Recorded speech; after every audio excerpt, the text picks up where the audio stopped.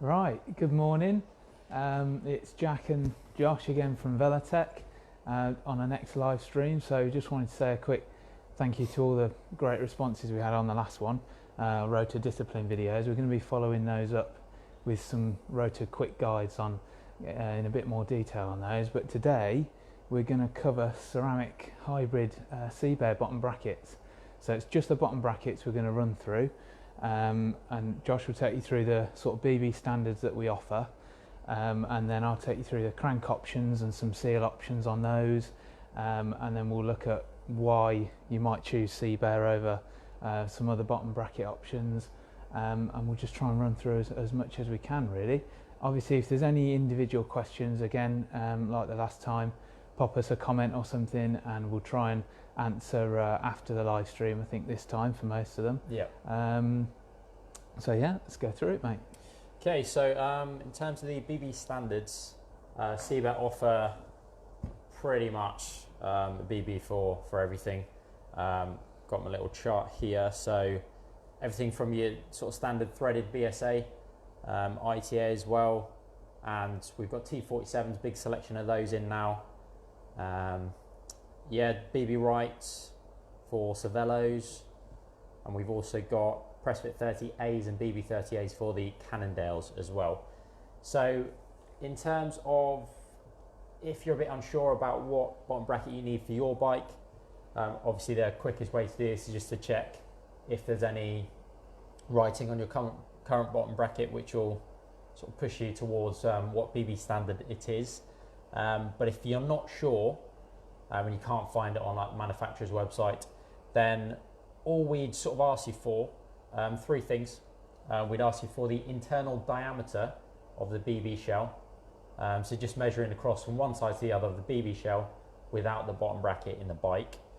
And then we'd ask you for the shell width, so the width from one side of the bottom bracket shell if you're viewing it sort of from the back or from the front, from one side to the other. And then we'd also ask you what crankset you have as well. For example, Shimano 24mm, so we'd point you towards a 24mm.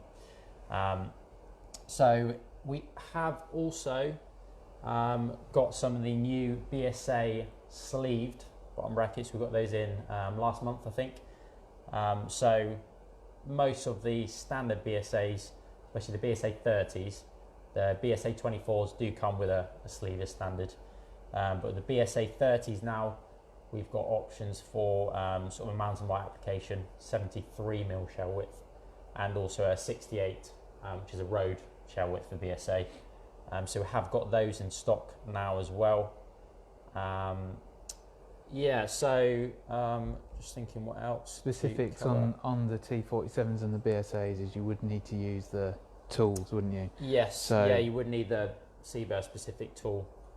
Yeah, so that's for the BSA 30 and the T47 bottom brackets. You just need to use the tool. Yeah, the BSA for the 24mm application, that's just a standard Shimano bottom bracket tool to fit that.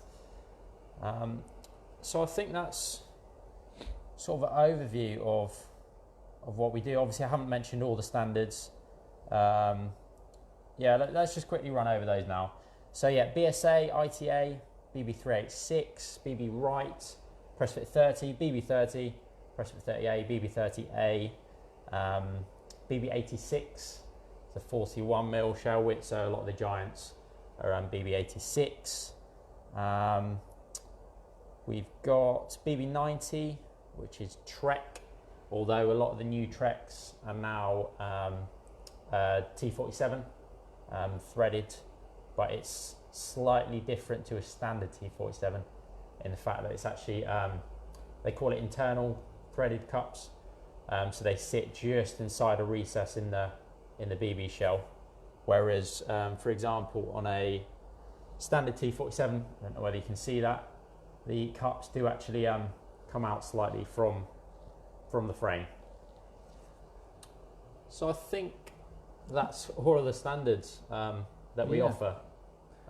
That's a run over of the standards, I think, and then obviously for each of those standards you've got a crank sort of specific option. So the cranksets that obviously Seabear offer those for are Shimano, so your 24mm axles. Then you've got SRAM GXP, so 24 to 22. And within those, you know, obviously the Shimano one can cover other cranks like Race Face and any other 24mm axles, so some of the Rotor 24mm cranks as well. There are specific ones for Campag as well, Campagnolo Ultra Torque, so to any 25mm axles as well.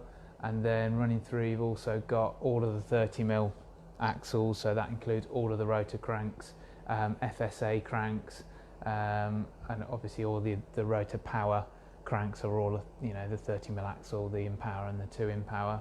And then sort of lastly, you've got some of the other 30mm axles, so the Specialized cranks and the FSA BB30 ones, the Cannondale ones, and then lastly the SRAM dub spindles, so then they've got the full range for SRAM dub as well.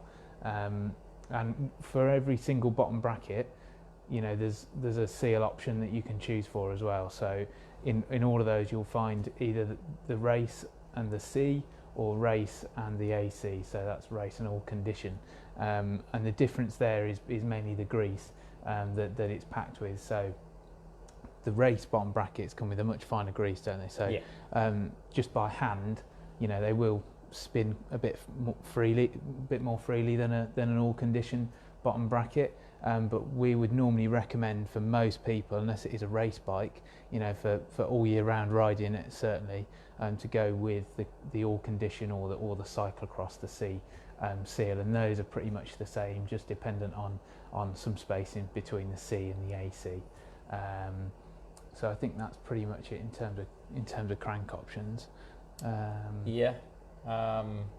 Next thing to talk about is cup spacers. So the reason why there is so many different options for the BB standards is that they're all specific to a crankset. So for example, I have let's go with a Pressfit 30. So especially for our rotor 30mm axle sort of spec, this is a Pressfit 30 86. So these have two 11mm cups, so 11mm each side, which say on a flush fitting 4630 you would need to use external spacers as well, whereas on this it's all built into the cups. And another thing with these, it does bring the bearings sort of outside of the bike, a bit further out, which just helps with the moment load. So it just takes a bit of the pressure off, and will obviously increase your longevity of your bottom bracket. Another example is the BBR 86R. So for example, BB Right Cervelo, you've got flush fitting on the non-drive side, and then you've got that 11mm worth of spacing on the drive side, with them being like asymmetric frames. With BB Rights, that is a specific, you don't need to use any spacers with that, apart from a couple of 0.5 nylon washers, just to help reduce any creaking. For example, with external, obviously metal on metal, you will occasionally get sort of squeaking or creaking noises, but with this, with it all being built into the bottom bracket, sort of eliminates any of that. And then with the BB30s, if I can find where I put it, BB30A. So on these, let's just measure this whilst we're here. So on the drive side, again, 11mm worth of spacing. However, on the non-drive side, you've got 6mm. So again, BB30A, the A stands for asymmetric. A lot of the Cannondales are using either a BB30A or a Pressfit 30A bottom bracket. And again, quite a lot of those, don't we? People asking. unsure as well on their frame specs of the Cannondale. So we would just say double check, if you can, and if you're unsure, ping us an email again with the measurements that Josh mentioned earlier. But yeah, those are a really good solution for that. Yeah, it is important with the BB30As and the Pressfit 30As that you just double check. For example, on some of the other standard BB30s, you're going to get 11 mils worth of spacing on each side, which is going to be too much, and you're going to have issues fitting your crankset. So if you're not sure, as Jack said, just drop us an email, give us a ring, and we should be able to advise you on which bottom bracket you need.